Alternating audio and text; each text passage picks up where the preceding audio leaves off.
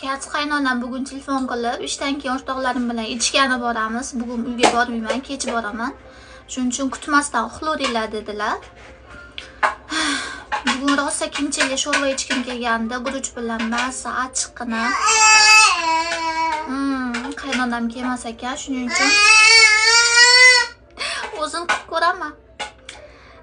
Retseptini yaxshi bilmayman, internetdan ko'rib qilaman. Agar oddiy bu kimchi bilan tuna qo'shasiz bo'ldi, qaynatasiz, shu tayyor. Achchiqqina sho'rva. Guruch bilan yesanglar maza bo'ladi. Xohlasanglar keyingi videoyimda retseptini qoldiraman. Qaynonam 12 dan o'tganda boraman, shuning uchun bemalol uxlaylar dedilar. Lekin bu gaplarga ishonmayman, chunki bemalol uxlaganmiz 1-2 marta, lekin o'shaning uchun rosa so'kish eshitganman, shuning uchun 12 dan o'tsa ham o'g'lim uxlasa uxlasin, lekin men kutishim kerak.